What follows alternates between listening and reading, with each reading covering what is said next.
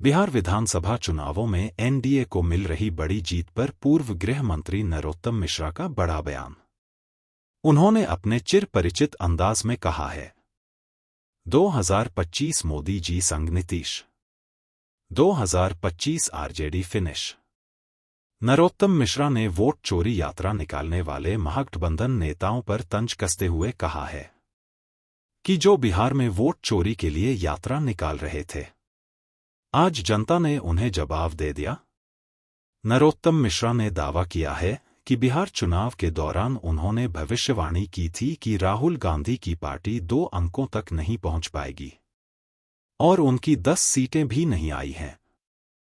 राहुल गांधी की पंचमढ़ी यात्रा पर हमला करते हुए नरोत्तम मिश्रा ने कहा, चुनाव से पहले ही राहुल गांधी पंचमढ़ी में जानवर देखने आ गए थे, सफारी में घूम रहे थे।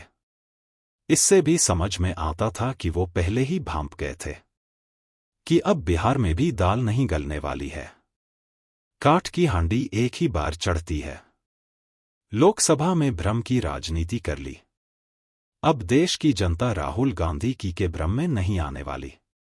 आरजेडी और राहुल गांधी का सफाया हो गया और अब ये भी हो गया कि राहुल गांधी जी जिस पर हाथ रख देंगे वह भस्म ही होगा।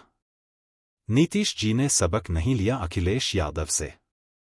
पिछले चुनाव में अखिलेश यादव जी ने भी जोड़ी बनाई थी और ऐसी ही बनी थी कि आज तक 5 साल में उबर नहीं पाए वो।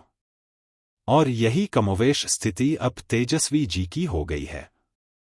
ये जब पंजाब में बाढ़ आई तो घूमने के लिए मॉरिशस चले गए। देश में कोरोना आया तो इटली चले गए।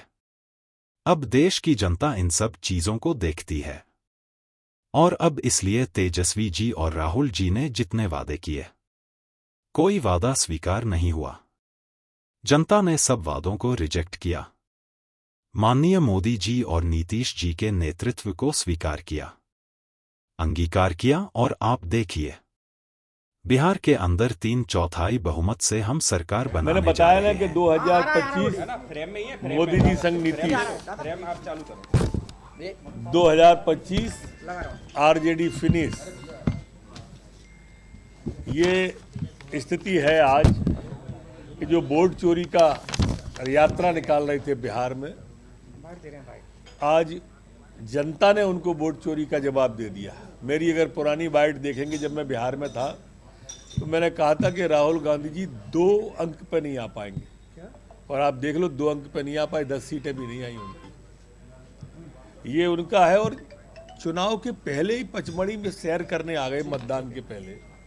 इससे भी समझ में आता था कि ये जानवरों को देखने के लिए पचमढ़ी में आ गए, घूम रहे हैं सफारी में बैठ के, खुली हुई गाड़ी में बैठ के।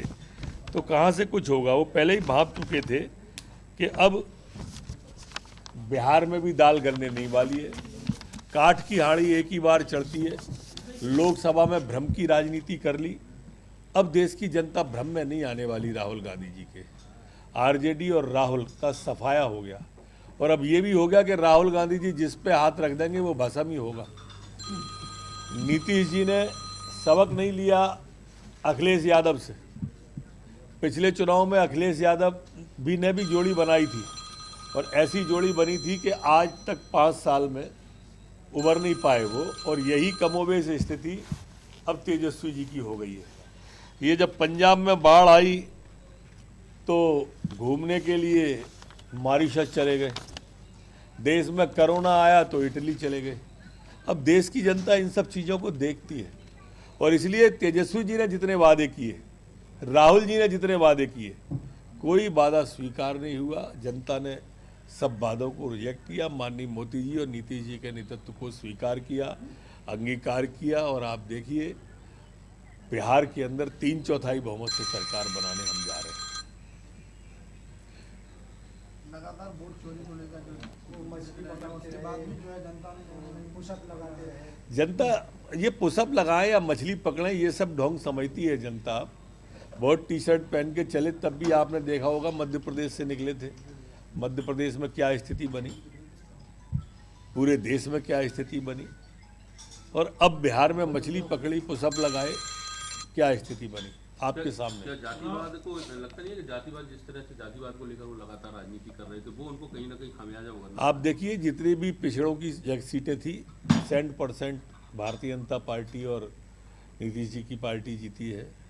हमारी जितने भी SC ST की सीटें थी सभी में भारतीय जनता पार्टी जीती है। जाति पात की विदाई होगी, देश ये स्वीकार नहीं करेगा जाति पात को। ये जो लोग जाति की राजनीति करते हैं अब देश समझने लगा है। अब संचार के साधन बढ़ गए, संचार के माध्यम बढ़ गए और उस कारण से अब ये स्थिति बन गई है कि लोग भ्रम में नहीं आते। चुनाव आयोग पर भी सवाल उठाए विपक्ष ने। अभी थोड़ी देर बाद EVM पे और वोट चोरी का रोना शुरू होने वाला है, आप थोड़ी प्रतीक्षा करो।